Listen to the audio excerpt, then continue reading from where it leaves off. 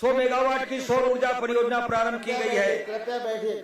नलकूपों के अनुरक्षण के लिए रुपये 104 करोड़, ग्रामीण समूह जल प्रदाय योजना के लिए 165 करोड़, पेयजल योजनाओं का जल निगम द्वारा क्रियान्वयन योजना के लिए रुपये 53 करोड़, सिंचाई एवं पेयजल योजना के सौर ऊर्जीकरण के लिए रुपये 156 करोड़ तथा जल जीवन मिशन के लिए रुपये 4,454 करोड़ का प्रावधान प्रस्तावित है। हमारे प्रयासों के परिणाम स्वरूप प्रदेश घन अंधकार से विपुल प्रकाश की स्थिति में आ चुका है। यह इसलिए संभव हुआ है क्योंकि सोचने वालों की दुनिया वालों की सोच से अलग होती है। प्रदेश अब ऊर्जा उपलब्धता में आत्मनिर्भरता के साथ अन्य राज्यों को भी बिजली निर्यात करने की क्षमता रखता है। प्रदेश में भविष्य में विद्युत की बढ़ती आवश्यकता के दृष्टिगत 660 मेगावाट क्षमता की एक इकाई अमरकंटक एवं सतपुड़ा ताप विद्युत गृह में स्थापित की जा रही है। इन परियोजनाओं का वित्तीय आकार रुपये 23,000 करोड़। इसके अतिरिक्त पुराने हो चुके ताप एवं जल विद्युत गृहों की क्षमता एवं जीवन काल में वृद्धि एवं आधुनिकीकरण के कार्य भी किए जा रहे हैं। हमारी सरकार वर्ष 2030 तक नवीनीकरण ऊर्जा क्षमता को 500 गीगावाट तक ले जाने के राष्ट्रीय लक्ष्य में उल्लेखनीय योगदान के लिए योजनाबद्ध रीति से कार्य कर रही है। प्रदेश के निवेश सुगम वातावरण के कारण 170 मेगावाट क्षमता की नीमच सोलर परियोजना हेतु मात्र ₹2.15 प्रति यूनिट की प्रतिस्पर्धी दर प्राप्त हुई है। सूर्य मित्र कृषि फीडर योजना के अंतर्गत लगभग 4,000 मेगावाट की सोलर परियोजनाएं चिन्हित की गई है, जिनमें किसानों एवं स्थानीय उद्यमियों की व्यापक भागीदारी सुनिश्चित की गई है। समस्त शासकीय भवनों पर विकासक के माध्यम से रूफटॉप कोर्स परियोजना प्रचलित है। राज्य में निरंतर स्वच्छ ऊर्जा उपलब्ध कराने हेतु 24 घंटे फ्लैट ब्लॉक नवीनीकरण ऊर्जा आपूर्ति परियोजना प्रस्तावित है, जो विश्व की अपनी तरह की पहली परियोजना होगी। ऊर्जा क्षेत्र के लिए वर्ष 2026-27 में रुपये 34,065 करोड़ का प्रावधान प्रस्तावित है। कृषि, स्वास्थ्य, ऊर्जा, जल आपूर्ति तथा नगरीय ग्रामीण क्षेत्रों में मूलभूत आवश्यकताओं के कार्यों की निरंतरता, गति तथा समय सीमा में पूर्ण किए जाने के लिए वैकल्पिक वित्तीय संसाधनों की महत्वपूर्ण भूमिका है। मुझे सदन को अवगत कराते हुए हर्ष है कि प्रदेश के अधोसंरचना विकास के लिए नवाचारी वित्तीय उपकरणों का उपयोग कर पूंजीगत निवेश किया जाएगा। केंद्र सरकार के बजट में म्युनिसिपल बॉन्ड जारी करने का प्रोत्साहन का प्रावधान रखा गया है। प्रदेश के नगरीय निकायों को इसका लाभ लेने के लिए प्रोत्साहित किया जाएगा। पूंजीगत व्यय का एक भाग गैर बजटीय साधनों से जुटाए जाने की आवश्यकता के दृष्टिगत विभिन्न वित्तीय उपकरणों तथा यथा इनवेट, रिट तथा वैल्यू कैप्चर फंड आदि का उपयोग परियोजनाओं के वित्त पोषण के लिए किया जाएगा। सामाजिक सेवा प्रदाताओं को सामाजिक क्षेत्र में निवेश के लिए प्रोत्साहित किया जा रहा है। इस हेतु प्रदेश का पहला सोशल इम्पैक्ट बॉन्ड शीघ्र ही नेशनल स्टॉक एक्सचेंज के सोशल स्टॉक एक्सचेंज पर लिस्ट होगा।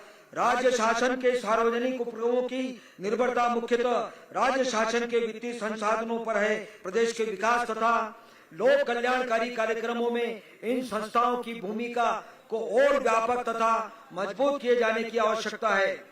वित्तीय वर्ष 2026-27 में Narmada basin project company limited, Madhya Pradesh power generation company, सड़क विकास निगम, मेट्रो रेल आदि संस्थाओं के माध्यम से रुपये 17,350 करोड़ का पूंजीगत व्यय संभावित है। इस प्रकार प्रदेश के इतिहास में पहली बार प्रभावी पूंजीगत व्यय रुपये 1 लाख करोड़ से अधिक होगा। प्रदेश में निवेश तथा औद्योगिकरण वर्ष 2005 उद्योग और रोजगार वर्ष रहा है।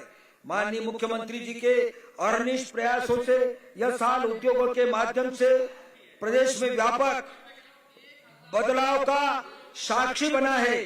प्रदेश में देश एवं विदेश से निवेश आकर्षित करने के लिए इंडस्ट्रियल कॉन्क्लेव, इंटरेक्टिव सेशन आदि से औद्योगिक विस्तार एवं निवेश का वातावरण निर्मित हुआ है।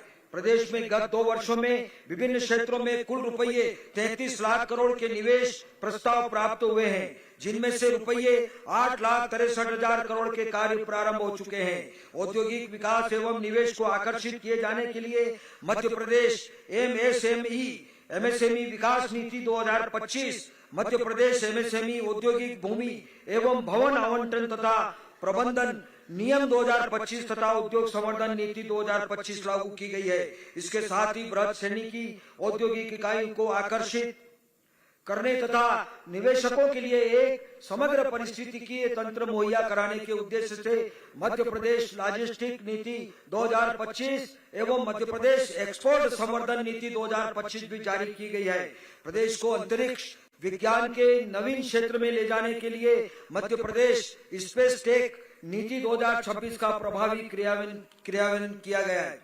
प्रदेश के सर्वांगीण विकास हेतु प्रदेश के सभी क्षेत्रों में औद्योगिकरण को बढ़ावा देने के लिए औद्योगिक पार्कों का विकास किया जा रहा है।